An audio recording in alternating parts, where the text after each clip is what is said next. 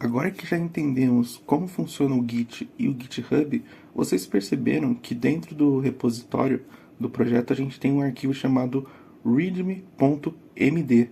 Então dentro dele a gente tem uma breve documentação, um passo a passo de como utilizar o projeto, né? Então para isso que serve esse arquivo readme. Então ele tem todo um passo a passo, toda a explicação do projeto e como que você faz para colocar ele para funcionar, assim como a gente faz nos nossos cursos. Mas o que seria esse arquivo e o que seria o ponto, essa extensão .md? Então essa extensão .md é uma extensão que a gente chama de Markdown.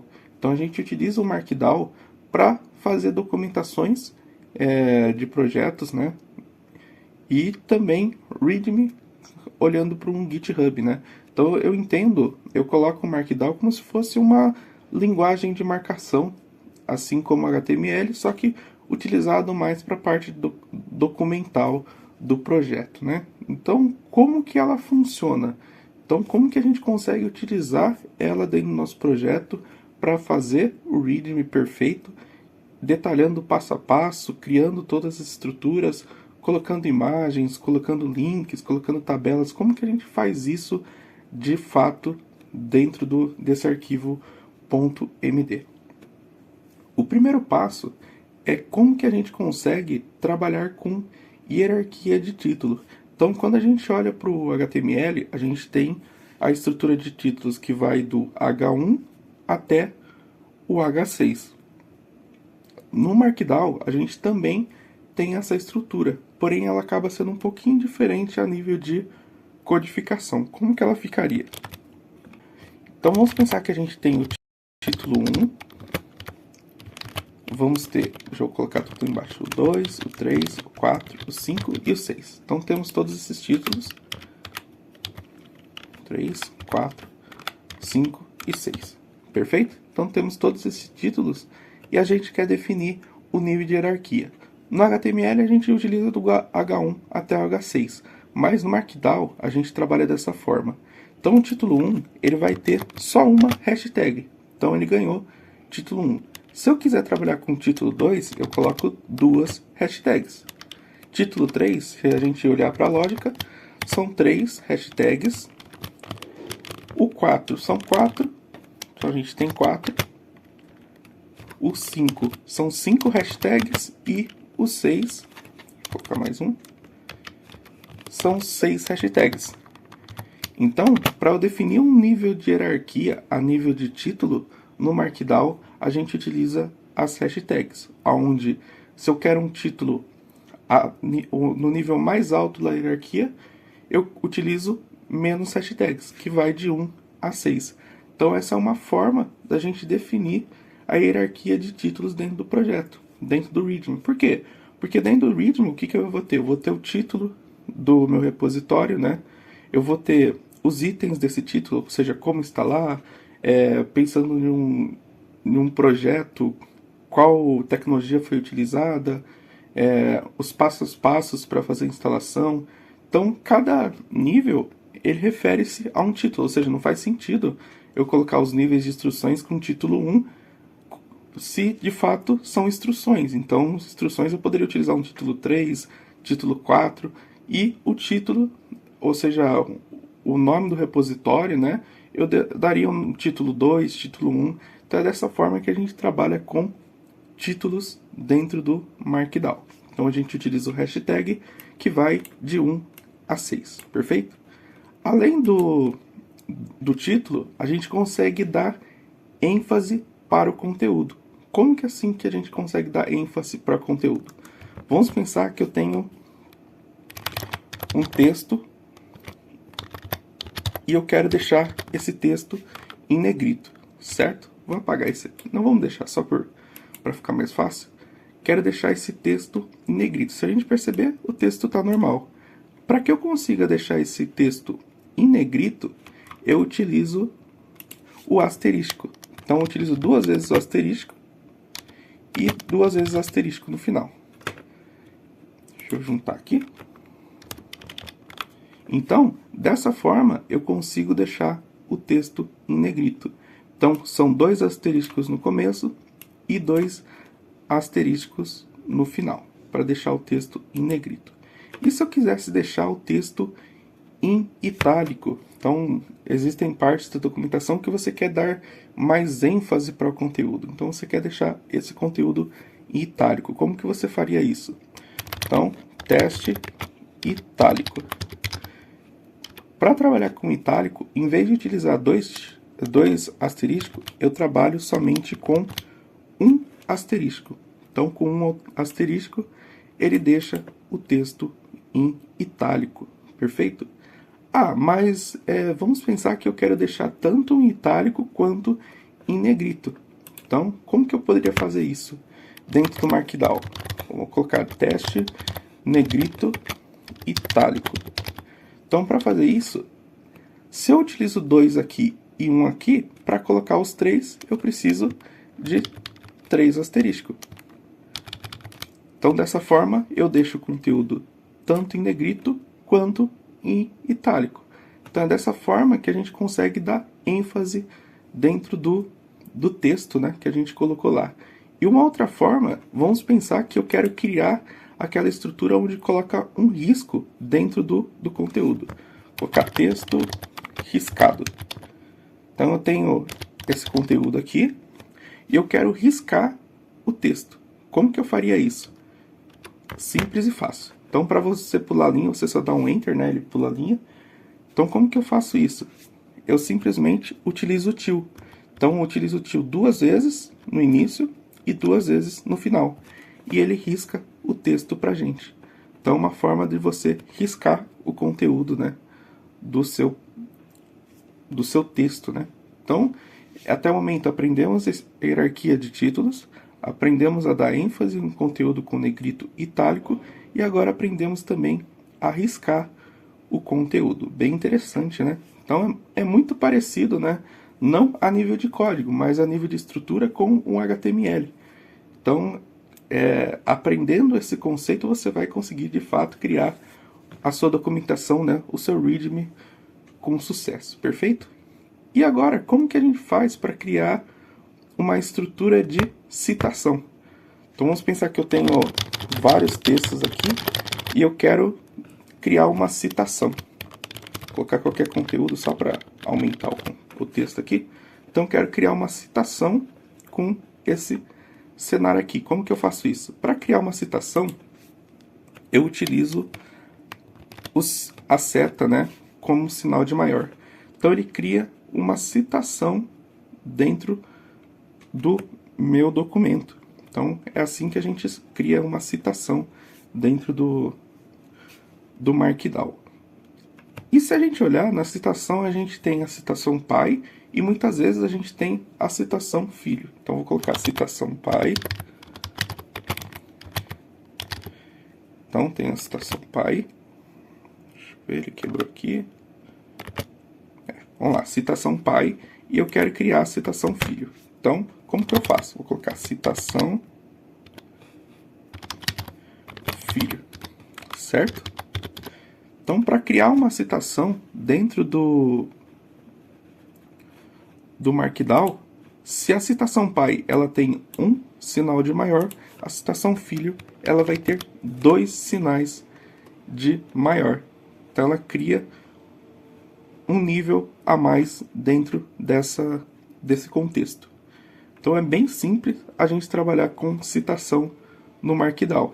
Então é só colocar o sinal de maior e para criar citação filho, 2 sinais de maior. Perfeito?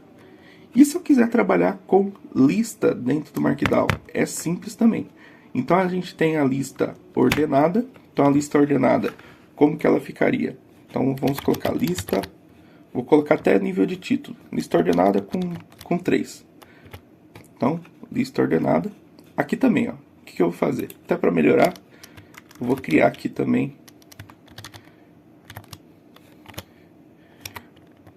hierarquia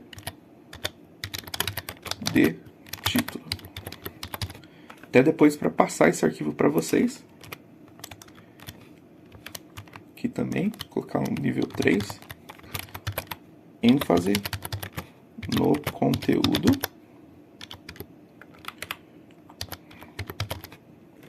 Certo? Então, vou colocar até o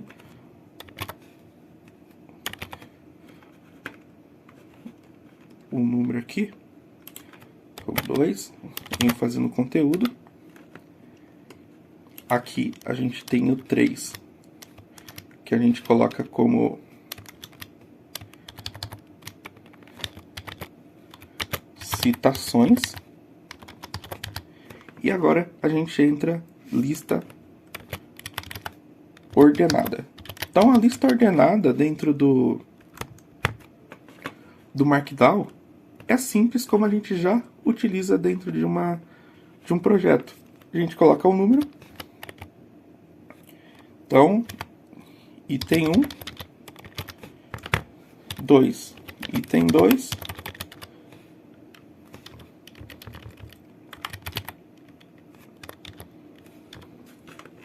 e a gente cria uma lista ordenada, né, dentro do Markdown.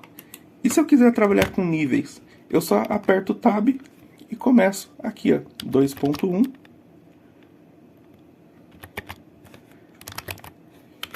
Item 3. Deixa eu ver.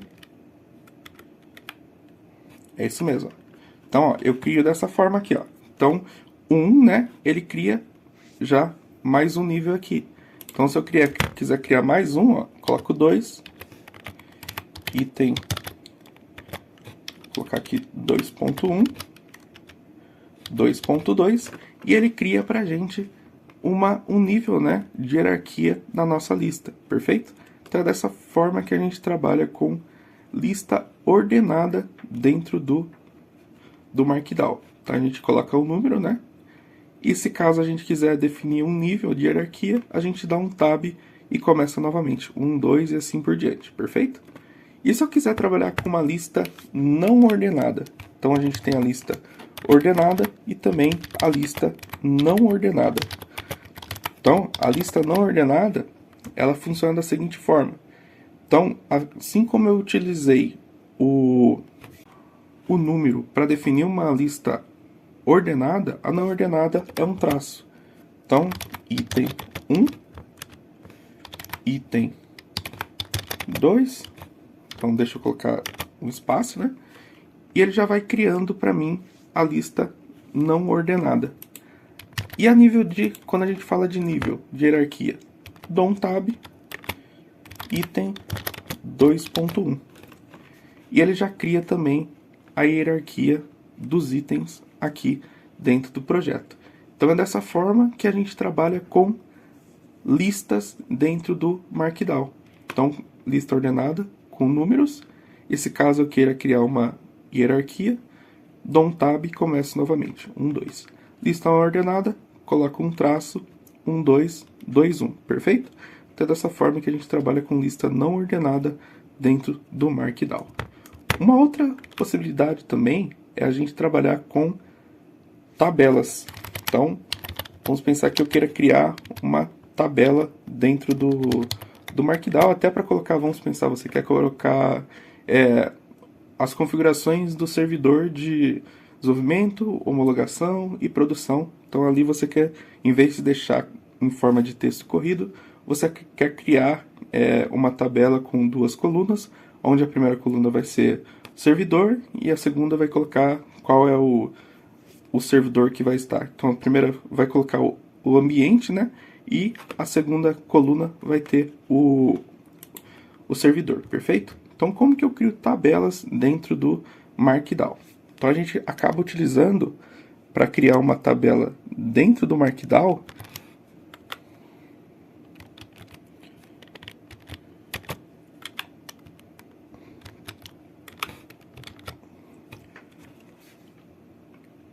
esse item aqui. Então a gente coloca essa barra aqui e aqui eu vou colocar ambiente.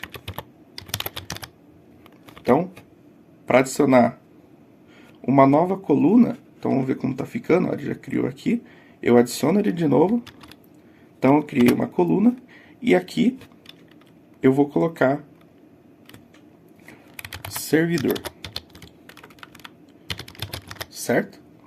E eu fecho essa linha. Ah, mas faltou colocar as configurações da borda, né, dessa tabela. Então adiciono mais uma vez esse traço, dou um espaço e coloco os tracinhos e fecho o meu dessa forma aqui. Se eu quiser criar mais uma para o outro, eu utilizo dessa forma aqui. Então, a primeira linha ela vai ter o texto, e a segunda linha a gente utiliza para criar a borda da minha tabela. E se eu quiser colocar os itens? Simples. Então é o mesmo processo. Então a gente cria a primeira linha, vamos pensar dev. Então eu vou ter o dev. Então vamos até padronizar, né? Então dev, vou colocar um serve dev aqui. Vai ser o nome do servidor. Então para adicionar a borda a gente repete. Então ele já cria pra gente. Opa! Serve dev, ok.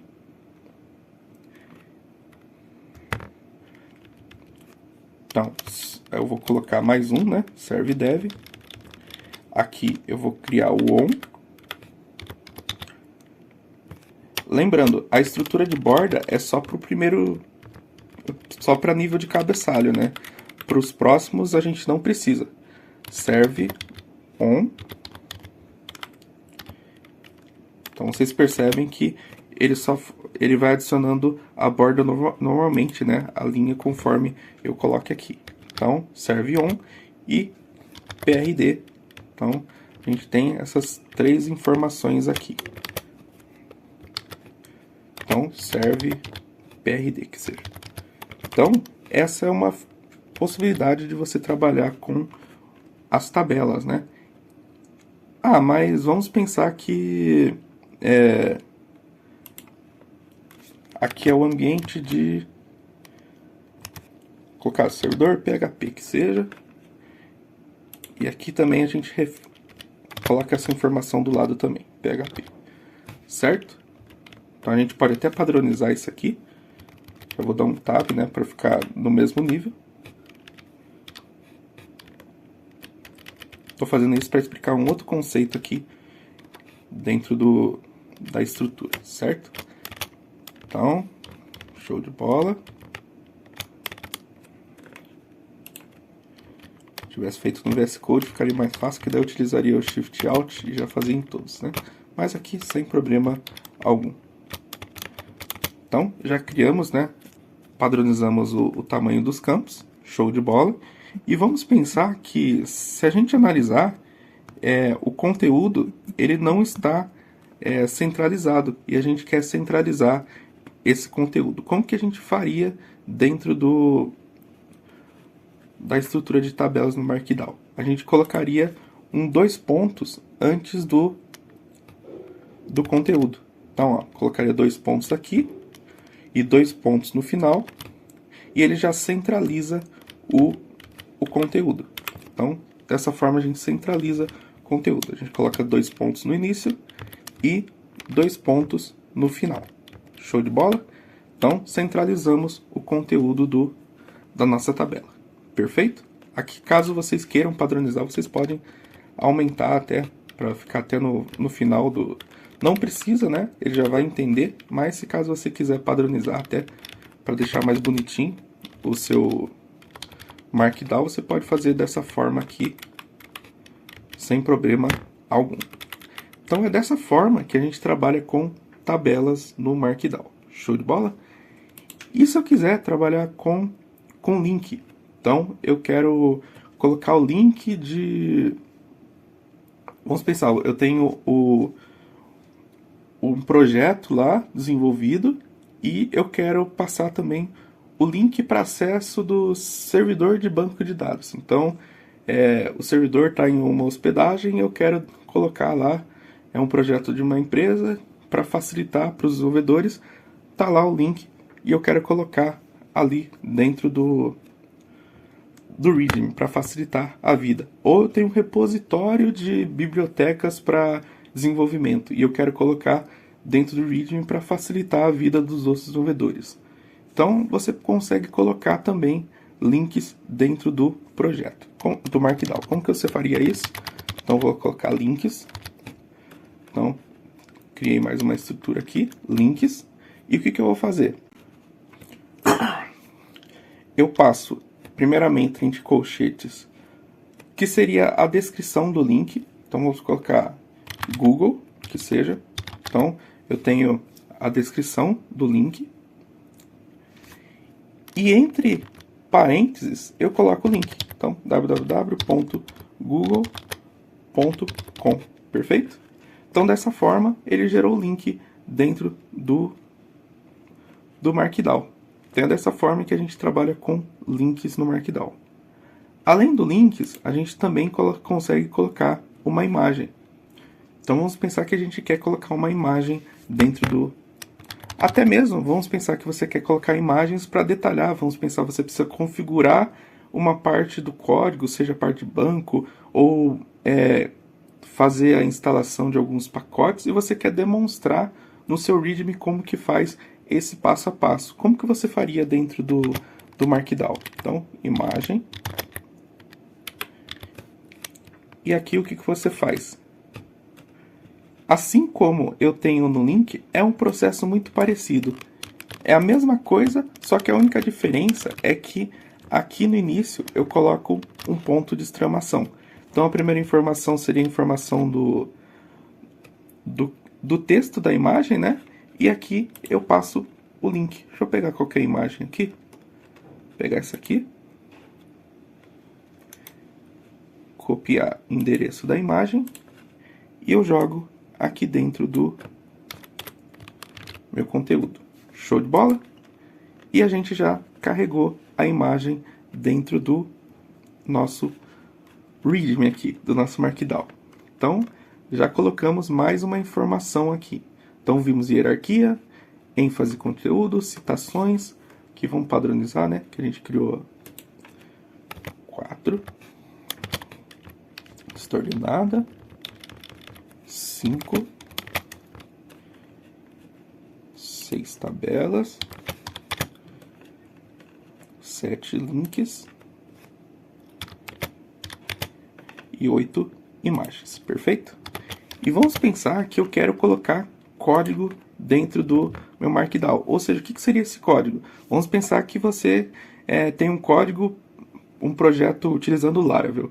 Então você tem um código para instalar um pacote ou configurar. Vamos pensar autenticação, você vai trabalhar com Breeze, ou você precisa autenticar o projeto. Então, primeiramente você precisa executar o Composer, depois do Composer você tem que dar um Breeze install. Então existem comandos a serem executados no prompt de comando para fazer aquela determinada ação. Então dentro do seu Markdown, vamos pensar do seu README, você consegue também definir uma estrutura para especificar que aquela parte do seu texto, né, do seu código, é a nível de código. Então como que você faria? Ou até mesmo para colocar um código de exemplo, você consegue colocar nessa estrutura. Então, 9, código. Então, código. Então, como que eu faria? Para eu criar essa estrutura, eu coloco 3 vezes o apóstrofo. Então, eu coloco apóstrofo. E depois, no final, eu coloco mais 3 vezes o apóstrofo. Então, dentro dessa caixinha, vocês perceberam que ele deixou uma caixa mais cinza, né? E aqui eu posso colocar. Vamos colocar npm install. Então, ele já cria uma estrutura de código, né? Que facilita a vida do desenvolvedor, né? Que vai utilizar o seu repositório ou o seu projeto. Então, ele cria uma estrutura como se fosse de código para facilitar a vida do desenvolvedor. Perfeito? Então, acho que passamos pelos pontos mais importantes. Claro, existem outras coisas que você pode estar trabalhando dentro do Markdown, mas a gente acabou passando praticamente para os mais importantes, que é a hierarquia. E tem um ponto interessante que eu vou colocar, acho que é interessante passar esse, que é utilizar como se fosse uma lista de tarefa. Vamos pensar que você tem as suas issues dentro do GitHub, GitLab. Dentro do seu projeto, do seu repositório, você tem as issues. E dentro das issues você quer controlar as tarefas que você já fez. Então, como que você faria dentro do Markdown, né? As atividades que você já fez, até para facilitar a gestão das suas atividades. Então, vamos pensar que eu tenho a primeira tarefa. Então, primeira tarefa.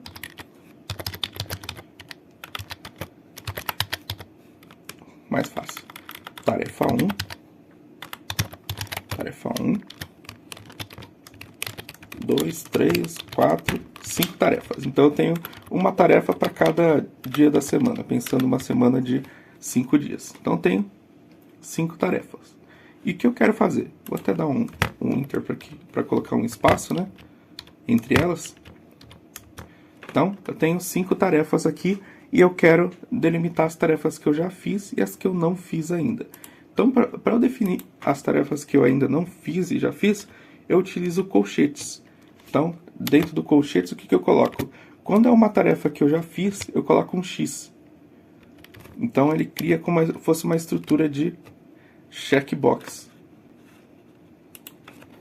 Vamos ver, o X é maiúsculo, né? Então, fica dessa forma.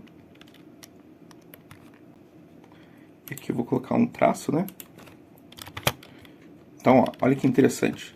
Ele fica dentro de uma lista e ele fica dessa forma aqui, ó. Então ele fica checado. Se eu quiser que nas outras atividades, elas ainda que não foram feitas, elas sigam o mesmo padrão, eu tiro o X. Então eu deixo ela vazia assim. Então, essa tarefa eu ainda não fiz. Essa tarefa ainda não. Essa também não. E essa também não. Então você consegue criar uma lista de tarefas dentro do seu README, né? Da sua issue, né? Vamos pensar que na issue ela trabalha também com Markdown. Então você consegue criar dessa forma as estruturas de lista de tarefa. Se eu concluir a tarefa, eu vou lá e coloco um xizinho na tarefa e ele já define que a tarefa foi concluída, perfeito? Então é dessa forma que a gente trabalha com lista de tarefas dentro do Markdown. Então vimos hierarquia, ênfase, citação, lista ordenada e não ordenada, tabelas, links, imagens, código e lista de tarefa. Então dentro desse contexto a gente viu muita coisa sobre Markdown. Então eu decidi passar essa parte de Markdown dentro do nosso curso, porque a gente já viu Git e GitHub. E dentro de um repositório, assim, a gente sempre vai ter o nosso README. Então é importante a gente saber como utilizar o Markdown para trabalhar com o projeto. E para finalizar, nesse contexto, eu tenho um projeto aqui, que vai estar mais no final do curso. Eu tenho um README pronto, então tenho um README pronto. E ele segue bem essa estrutura, né? Então eu tenho os requisitos, que são as configurações do projeto, né? Exige PHP, Composer. Eu tenho aqui a estrutura do código que eu tinha comentado, né? Então, dessa forma, eu tenho mais a parte de banco. Então, ó, a importância do código, ele fica bem estruturado no projeto, certo? E como que dentro do VS Code eu consigo visualizar, pré-visualizar o meu README, né? Como que ele está ficando? Porque fazer as escuras é muito ruim, né? Então eu não sei como está ficando. Existe uma extensão dentro do VS Code que você consegue visualizar como está em tempo real, como está ficando o seu README. E além disso, ó, se caso você quer criar uma, a extensão é essa aqui, ó, Markdown Preview Enhanced. Então ele cria uma página aqui e demonstra como está ficando o seu README, né? Com a estrutura de Markdown. Eu acabei não passando um ponto, que nesse caso, se você quiser criar uma linha para divisória dentro do seu README, né? Você coloca esses 3 traços, assim como a gente fez nas tabelas, perfeito?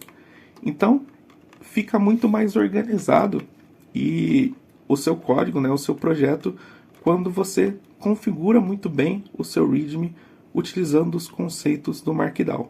Então, nessa parte do nosso curso, eu procurei explicar de forma mais simples possível como funciona o Markdown dentro de qualquer repositório, né? Vamos pensar que a gente tem o README, para que o seu projeto ele comece a ganhar vida, principalmente quando você vai documentar ele. Então ele fica mais organizado e mais fácil para quem vai utilizar o seu repositório. Você pode utilizar em um repositório de um sistema, que a gente tem um sistema. Você pode criar uma documentação, utilizar um Markdown na documentação, utilizar nas issues, né, para definir se a tarefa foi feita ou não. Então você cria uma estrutura mais organizada no seu código. Então é para isso que serve o Markdown. Eu costumo dizer que era uma linguagem de marcação para que você consiga deixar mais organizado a documentação do seu projeto ou o README dele. Então finalizamos esse curso de Markdown. Espero que todo esse conceito ele tenha ficado bem claro dentro desse curso, né? Então, tentei de todas as formas possíveis passar os pontos mais importantes para que vocês, nos módulos seguintes, consigam utilizar o Markdown, principalmente quando vocês forem fazer o seu README, de forma simples e descomplicada, como a gente viu aqui. Então, de forma simples, a gente passou todos os conceitos, né, importantes do Markdown para uma documentação.